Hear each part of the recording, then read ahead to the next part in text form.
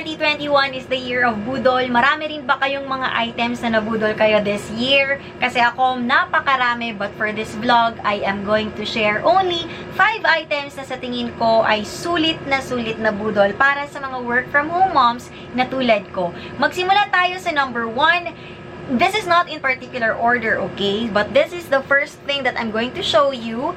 This is the green screen. Huhulaan ko, lahat tayo may green screen na sa bahay. I mean, halos lahat tayo may green screen na sa bahay. Or yung iba siguro, nag-i-innovate na tayo. May innovation na tayo ng mga green screen. Kasi nga, napaka-useful po ng green screen. Lalong-lalo na ngayon kasi this is the year of Zoom. Zoom meetings. Kasi nasa bahay lang tayo, work from home. Alam nyo, hindi tayo pwedeng lumabas. And that one is the answer kung sa tingin natin ay medyo makalat, magulo, marumi ang ating palibot. Kaya gumagamit tayo ng green screen. Nagamit ko na po siya sa isang video and most of the time nagagamit ko siya sa Zoom meetings o kaya naman ay sa mga live hosting events ko. But for now, tunay po, totoo po, ayan. Totoo po yung mga nakikita nyo. Oh. Ito po, hindi po ito green screen. Nasa kwarto po ako ngayon nag-film kasi this is the most convenient place na mag-film yung isang nanay na makulit ang anak. Okay? So, that green screen, I bought that sa Shopee, sa Star Department Store. Yung pangalan ng item nila is Portable Green Screen Webcam Round Background Gaming Chair Green Chroma Key Backdrop 033. Nux. The size is, I forgot the size but I will just put it here in the screen. This is worth 599 pesos. Feeling ko nga medyo mahal siya for the price. But, iniisip ko kasi, napaka-handy niya. Pwede ko siyang dalhin kahit saan. Pwede ko siyang bitbitin kahit saan.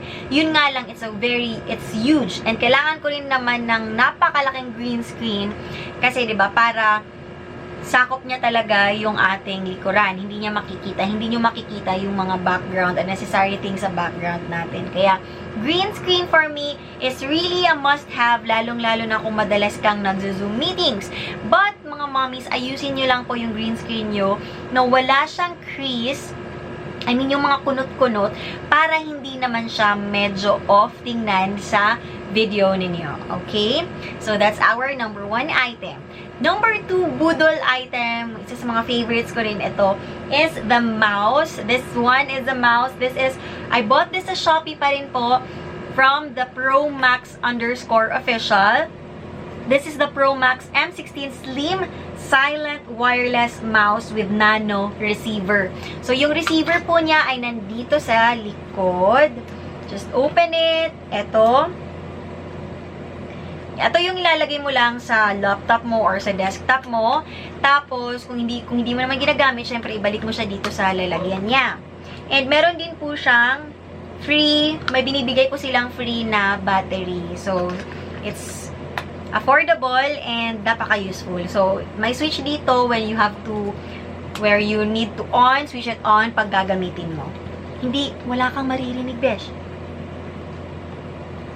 Kasi madalas kapag nasa labas ako ng bahay or may pumupunta kami sa hometown ni Habi, dala-dala ko of course yung aking laptop at itong itong mouse, tapos yung wire ng charger ng laptop mismo. So, this one, it's handy.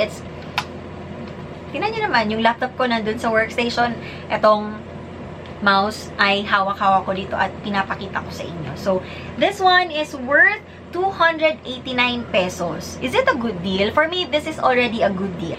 Third item na recently ko lang din ito nabili mga mommies, and I'm sure sa lahat ng mga content creators dyan, if you're also a content creator watching this, I am really sure this is also a must-have, yung softbox. Actually, dalawa yung binili ko. Nabudol din kasi ako dito mga mommies. May napanood akong isang video sa TikTok na ito yung pinopromote niya, ito yung pinapakita niya, paano niya gamitin, and so on. So, na-influensya po niya ako at napabili rin po ako nito.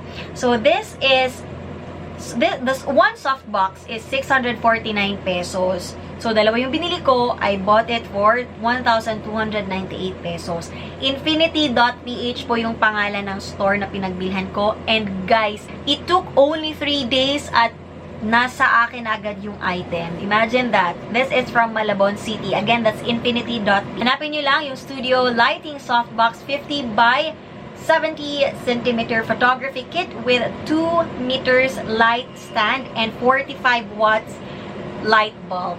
Yes, may kasama na po siyang light bulb. Ayan. Kaya, before nyo siyang i-rate sa Shopee, be sure to check it out. Be sure to use it first para alam nyo kung gumagana, umiilaw o hindi. Para at least may sabihan nyo rin agad yung seller. But so far, yung 2 items, despite na galing pa siya ng Malabon, all good for me. Number 4 item, my number 4 most favorite budol is the GoPro. This is it. So, itong GoPro po ay nabili ko lang sa marketplace. So, sabi ng owner, sabi ng seller, I am the third owner na. And obviously, oo nga naman, kasi tingnan nyo, sirang-sira na yung power niya, pero gumagana pa rin po siya. As in, this is Hero 5. Nabili ko for 10,000 pesos, pero this is really a best deal na for me kasi kasama na yung tripod, kasama na yung underwater case, may extra batteries na, tapos lahat-lahat, as in, kumpleto siya ng gears and accessories. Kaya I bought this, really love na love ko ang GoPro as well as itong isang camera ko. Bumili po ako ng GoPro, mga mommies, kasi syempre sa trabaho natin, kailangan natin na i-improve yung ating mga work in terms of filming, in terms of editing, at isa na nga ito sa investment na masasabi natin for this year na sulit kasi nagamit naman natin for many vlogs. Lalong-lalo na yung mga vlogs natin yung collaboration vlogs natin with Ford Philippines. So, kung hindi nyo pa po napanood yung video natin, yung 3 videos natin where we were able to review 3 vehicles ng Ford, panoorin nyo po yan dito sa ating YouTube channel. So, unang-una, yun yung EcoSport.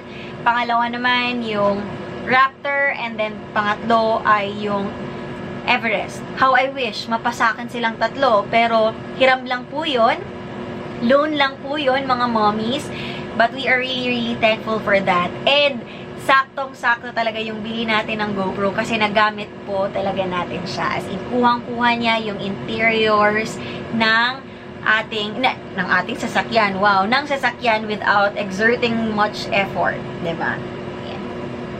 So, last but not the least item na pinaka-paborito ko rin ay ang Buri Mat. Itong Buri Mat, for sure, if you follow me on Instagram, nakikita nyo to sa mga photos ko.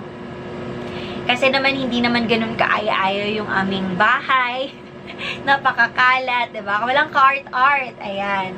So, binili ko siya for only 380 pesos. 5 feet khaki yung style niya. 5 feet yung height niya, as in super laki po siya.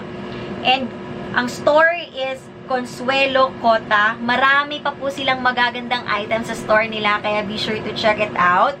And also, binili ko po siya para maging, alam niyo yun, mas aesthetic, mas maganda, mas presentable po yung mga photos natin sa Instagram, lalong-lalo na dun sa mga collab na may mga ka-collab tayo dun sa mga sponsored posts, 'di ba? Kasi alam niyo naman, mommies, pag ikaw isang content creator, ito yung secret talaga. Dapat mag-invest ka sa mga bagay-bagay na alam mo ay magagamit mo at alam mo ay may ROI. ROI meaning return of investment. And mind you guys, lahat ng mga nasabi ko, itong top 5 na to, lahat ng ito po ay hindi sponsored, hindi branded, hindi po ako binayaran nila para i-vlog ito. Gusto ko lang pong i-share ang mga ito kasi unang-una, gusto kong ibahagi sa inyo kung ano yung mga budol items na sulit para sa akin, which I also think na sulit din para sa inyo.